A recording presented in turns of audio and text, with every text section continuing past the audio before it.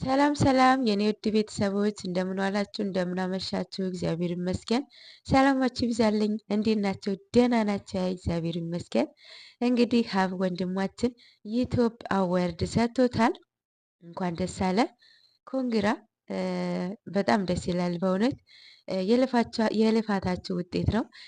ጨረቃዎቹ ከፍተው ነበር የሰጡት የመጀመሪያ የተዋወቁበት ጊዜ ማለት ነው። አስተዋውቀኝ ሀይሚን ያለው ጊዜ ማለት ነው። አሁን ደግሞ ሲቀበልም ለነሱ ሰርፕራይዝ አድርጓቸዋል ማለት ነው። የእውነት በጣም ነው ደስ የሚለው። እንኳን ደስ አለ። በእውነት ይገባሃል ማለት ነው። እንግዲህ ልጆቹ እንደዚህ ነው የሚያምርባችሁ። እውነት ስትታረቁ የእውነት እናንተ እኮ የእውነት ተለያይተው የማይለያዩ ካፕሎች ማለት ሀይሚና ብሩኬ ናቸው።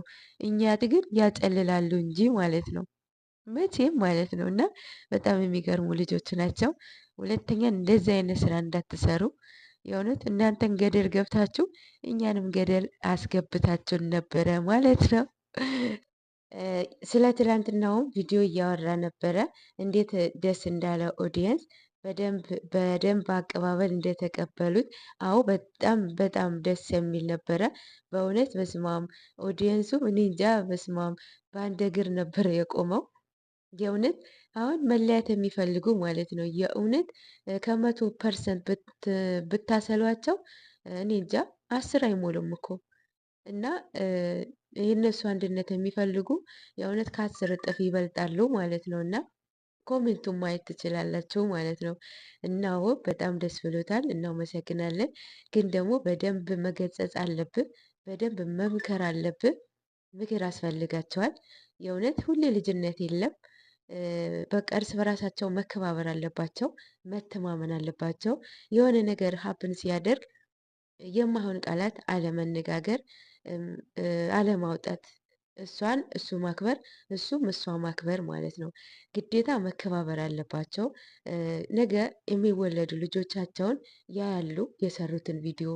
እነሱ ደግሞ የእነሱ ደረጃ ሲደርሱ ከሚይዙት ጓደኛቸው እንደዛ ነው የሚሰሩት።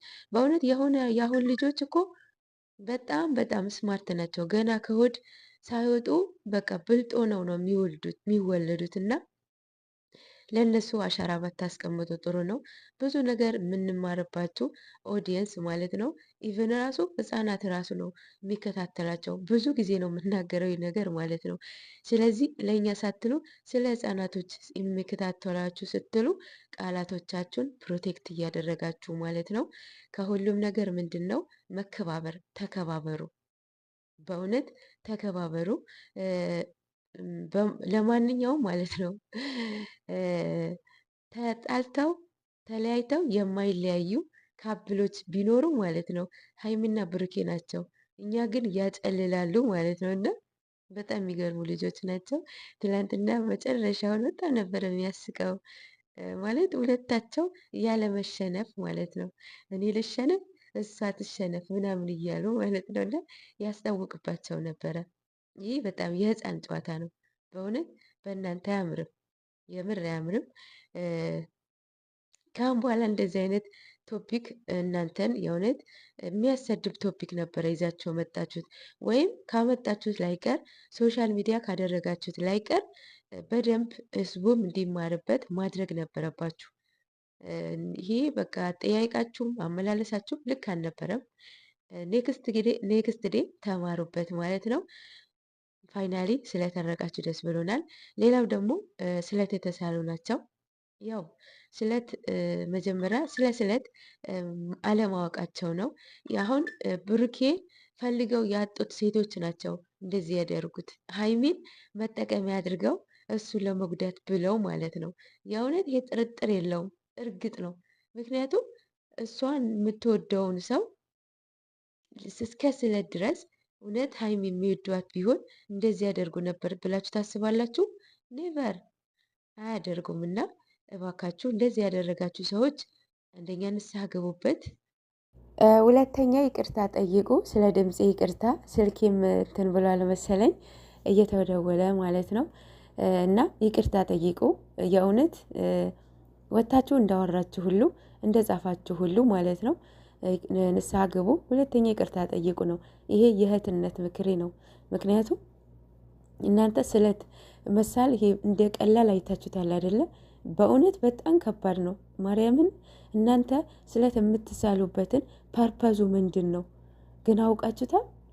ሶ ንስሐ ግቡበት፣ ይቅርታን ጠይቁ ማለት ነው። እሱ ራሱ መልስ መልሶላችኋል። ዝምታ ንቀት እንጂ ምንድን ያለው ፍርሃት አይደለም። በዝምታ ውስጥ ባይዘወይ ብዙ መልሶች አሉ ማለት ነው። መልስም እንዳለ ንቀዋችሁም እንዳለፉ ማለት ነው። ይህም ዝምታ ብዙ መልስን ታገኛላችሁ ማለት ነው። እንደዛም አታድርጉ ባካችሁ። ማለት ሁላችንም ይቅር ይበለን እግዚአብሔር። የእውነት ማንም ንጹሕ ሆኖ አይደለም እዚች ምድር ላይ ማንም ማለት ነው። ሁሉም ኃጢአተኛ ነው፣ ሁሉም ማለት ነው። እና እግዚአብሔር ሁላችንም ይቅር ይበለን። በነገራችን ላይ እንኳን አደረሳችሁ ለጾመ ጽጌ፣ እንኳን አብሮ አደረሰን። ከመቤታችን ከቅድስት ድንግል ማርያም በረከት ረድኤትን ይደርብን። እንደኛ ኃጢአት እንደኛ ክፋት ሳይሆን እንደ ሰዋ ቸርነት፣ ምሕረት፣ ፍቅር ይቅር ትበለን፣ ከልጇ ታስታርቀን። በእውነት ይቅር ትበለን ማለት ነው። እንዲሁም የአርሲ ኦርቶዶክስ ተዋሕዶ ልጆች ድምፅ ሁኑ፣ በእውነት ድምፅ ሁኑ። ትልልቅ ዩቱበር አላችሁም። ሁሌም እንደምናገረው ያው ሰሞኑ አይታችኋል ብዙ ነገር የእውነት በጣም ነው የሚያሳዝነው። እና እናንተም ድምፅ ሆኖ ማለት ነው። ምን አለ እንደዚህ ብትጠቀሙበት፣ ሰማያዊ ቤታችሁ ነው። ማርያምን እንደዚህ አይነት ጥሩ ነገር ብትሰሩበት፣ ይህ መልሱ ያው ጥርጥር የለውም ማለት ነው። ለማንኛውም ሁላችንም ይቅር በለን።